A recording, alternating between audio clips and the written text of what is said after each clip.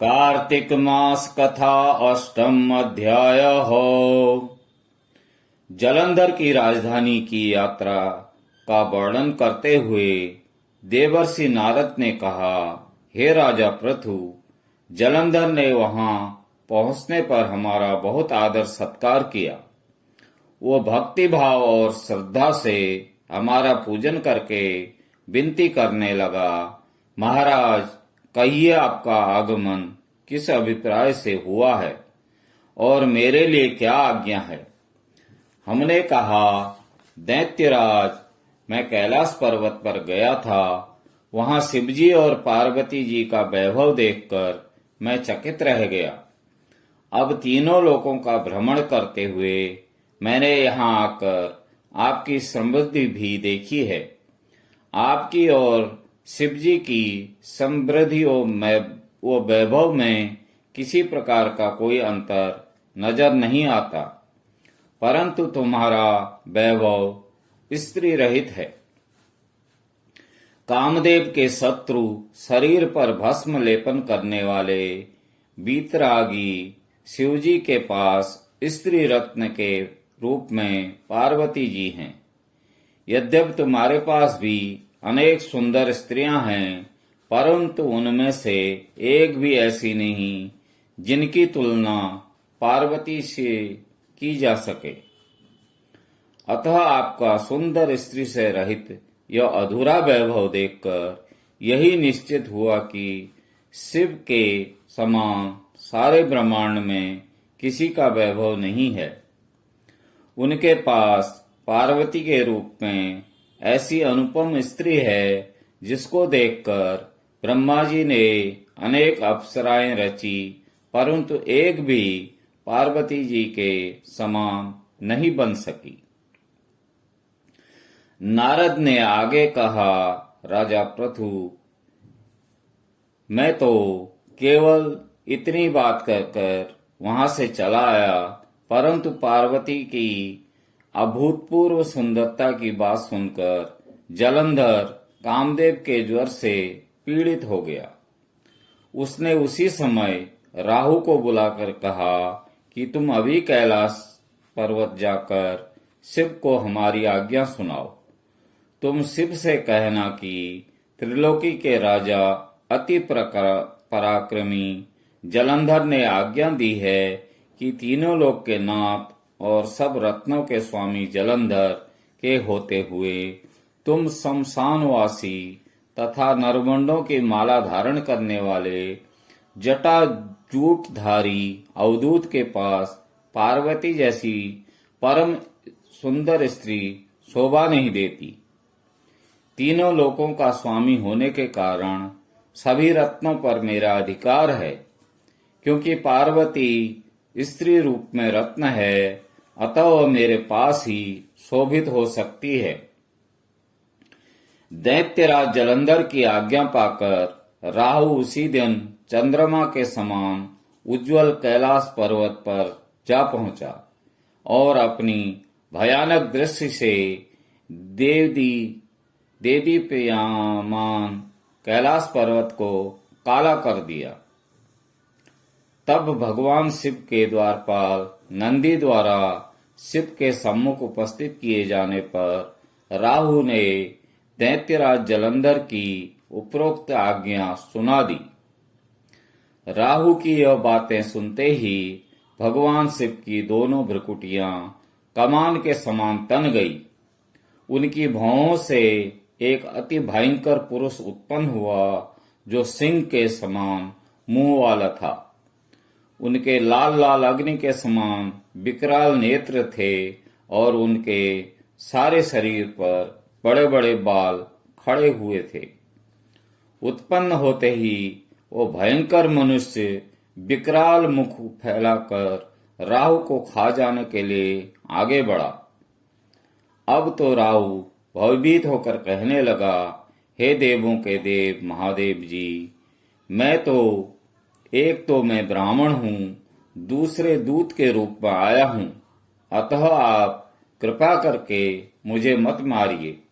राहु की यह बात सुनकर भगवान शंकर ने उनको आकाश में फेंक दिया तब वह भयंकर पुरुष शिव जी के पास आया और अत्यंत विनीत स्वर में बोला, मैं भूखा हूं, कृपा करके मुझे कुछ खाने को दीजिए। तब शिव जी ने कहा, तुम अपने हाथ पैरों को खाओ। शिव जी की आज्ञा पाते ही वो अपने हाथ और पैरों सहित सारे धड़ को खा गया। जब केवल मुख ही शेष बचा, तब भगवान शंकर ने प्रसन्न होकर कहा, तुमने मेरी आज्ञा का पालन किया है, इसलिए तुम्हारा नाम कीर्ति मुख प्रसिद्ध होगा और आज से मैं तुम्हें अपना द्वारपाल नियुक्त करता हूं। पहले पूजा तुम्हारी होगी, उसके बाद में हमारी। तुम्हारी पूजा के बिना हमारी पूजा निष्फल ही रहेगी। उधर शिवजी द्वारा आकाश में फेंका गया राहु बर्बर देश में जा गिरा। राहु की ऐसी दशा देखकर जलंधर अत्यंत क्रोधित हुआ और शिवजी से लड़ने हेतु दैत्यों की 1 करोड़ सेना लेकर अपने पुर से बाहर निकला। इसी समय उसने सामने से एक आंख वाले दैत्य गुरु शुक्राचार्य और अंग भंग राहु को आते देखा। इसके अतिरिक्त और भी अनेक अपशकुन हुए, परंतु उन्हें देखकर भी वो रुका नहीं। वह अपार दैत्य सेना सारे आकाश में बादलों की भांति छा गई। जब देवताओं ने दैत्यराज जलंधर को अपार सेना सहित कैलाश पर्वत पर चढ़ाई करते देखा, तो चुपचाप इसकी सूचना शिवजी को दी। खबर पाते ही शिवजी महाराज ने विष्णु भगवान का स्मरण किया और भगवान विष्णु स्मरण करते ही उपस्थित हो गए। शिवजी ने भगवान विष्णु से कहा, हे नारायण, देवताओं को पीड़ा देने वाले इस महादैत्य को आपने क्यों नहीं मारा? इतना ही नहीं, आप स्वयं श्री लक्ष्मी सहित उसके घर में विराजमान हो गए हैं। आखिर इसका क्या कारण है? तब विष्णु भगवान ने उत्तर दिया, हे शिवजी, यह महादैत्य आपके अंश से उत्पन्न हुआ है और लक्ष्मी जी का भाई है। इसी कारण हमने इसको नहीं मारा है। अस्तु, यह महादैत्य आपके ही हाथ से मारा जाएगा। भगवान विष्णु की यह बात सुनकर शिवजी ने कहा, यह तेजस्वी दैत्य हमसे भी ऐसे नहीं मारा जाएगा। अतएव इसको मारने के लिए आप अपना तेज देने की कृपा कीजिए। शिवजी के वचन सुनकर श्री विष्णु भगवान सहित समस्त देवताओं ने अपना अपना तेज शिवजी को दिया। तत्पश्चात शिवजी महाराज उस तेज को इकट्ठा करके ज्वालामाली सुदर्शन चक्र और एक वज्र बनाकर जलंधर से युद्ध करने के लिए तैयार हुए। शिवजी के भूतगणों की सेना में समस्त देवतागण भी सम्मिलित हो गए। उधर जलंधर अपनी सेना सहित कैलाश के समीप जा पहुंचा और उधर कीर्तिमुख और नंदी आदि समस्त गण तथा देवताओं की सेना भी युद्ध के मैदान में आ डटी। देवताओं और जलंधर की सेना में ऐसा घोर संग्राम हुआ कि समस्त भूमंडल कंपायमान हो गया। युद्ध के मैदान में जितने दैत्य मरते, दैत्य गुरु शुक्राचार्य उन्हें अपनी संजीवनी विद्या से जीवित कर देते थे। यह दृश्य देख भूतादि गणों ने शिवजी के समीप जाकर उनसे संपूर्ण वृतांत कहा। तब शिवजी ने कंदरा के समान मुख वाली महाभयंकर लाल जंगा नामक एक कन्या अपने मुंह से उत्पन्न की। यह कन्या हुंकार मारकर दैत्यों को अपने मुंह में डालती और श्री शुक्राचार्य को उठाकर अलोप होगी। तब शिवगण निर्भय होकर दैत्य सेना को बुरी तरह मारने लगे। गणों की इस मार से व्याकुल होकर दैत्य सेना भाग खड़ी हुई। दैत्य सेना को इस प्रकार भागते देखकर जालंधर के सेनापति शुंभ, निशुंभ और कालनेमि ने आगे बढ़कर देवसेना पर प्रत्याक्रमण कर दिया। जब देवसेना दैत्यों की मार से विचलित हो उठी, तब गणेश जी और शुंभ का घनघोर संग्राम हुआ। दैत्यों को पराजित होते देख जालंधर स्वयं युद्ध क्षेत्र में आया। उसे देखकर वीरभद्र ने जालंधर पर अनेक प्रहार किए।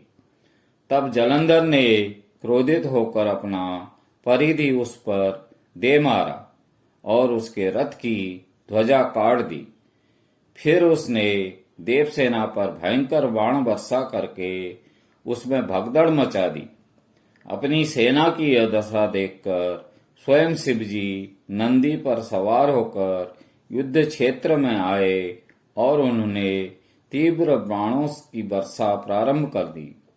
शिवजी के प्रहारों से दैत्य सेना इस प्रकार भागने लगी जैसे कार्तिक मास के व्रत से पाप समूह भाग जाते हैं।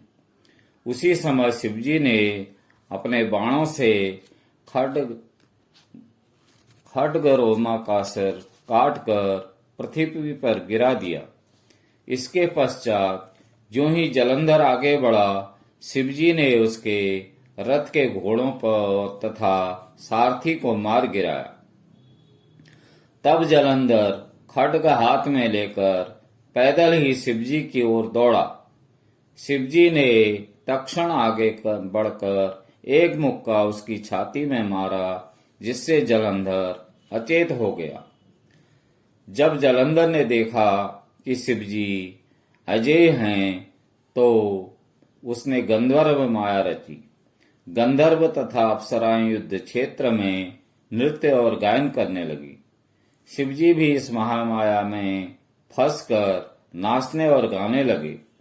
शिवजी को इस माया में फंसा हुआ देखकर जालंधर महादेव जी का रूप धारण करके पार्वती जी के पास गया और उनका सुंदर रूप देखकर कामांध हो गया। पार्वती जी शिवजी को आया देखकर खड़ी हो गई, परंतु तुरंत ही इस राक्षसी माया को पहचान कर वहां से अंतर्ध्यान हो गई। तब निराश जालंधर पुनः युद्ध क्षेत्र में आ गया। उधर जालंधर के चले जाने पर पार्वती जी ने जो ही भगवान विष्णु का स्मरण किया, वे तत्काल उपस्थित हो गए और उन्होंने जालंधर के शीघ्र मारे जाने का आश्वासन दिया। भगवान विष्णु विचारने लगे कि जालंधर ने स्वयं ही अपनी मृत्यु का रास्ता बता दिया है। इस दुष्ट वृंदा के पतिव्रत धर्म के कारण ही नहीं मर रहा है। अतएव देवताओं तथा अपने भक्तों की रक्षा करने के लिए हमको ही वृंदा को धर्म से डिगाने का घोर पाप कर्म करना पड़ेगा, क्योंकि ऐसा किए बिना यह दुष्ट नहीं मरेगा।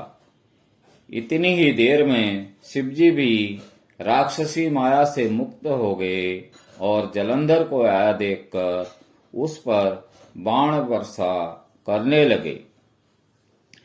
इति 8वां अध्याय समाप्तम। भज मन नारायण नारायण नारायणं, श्री हरि नारायण नारायण नारायणं। बोलो नारायण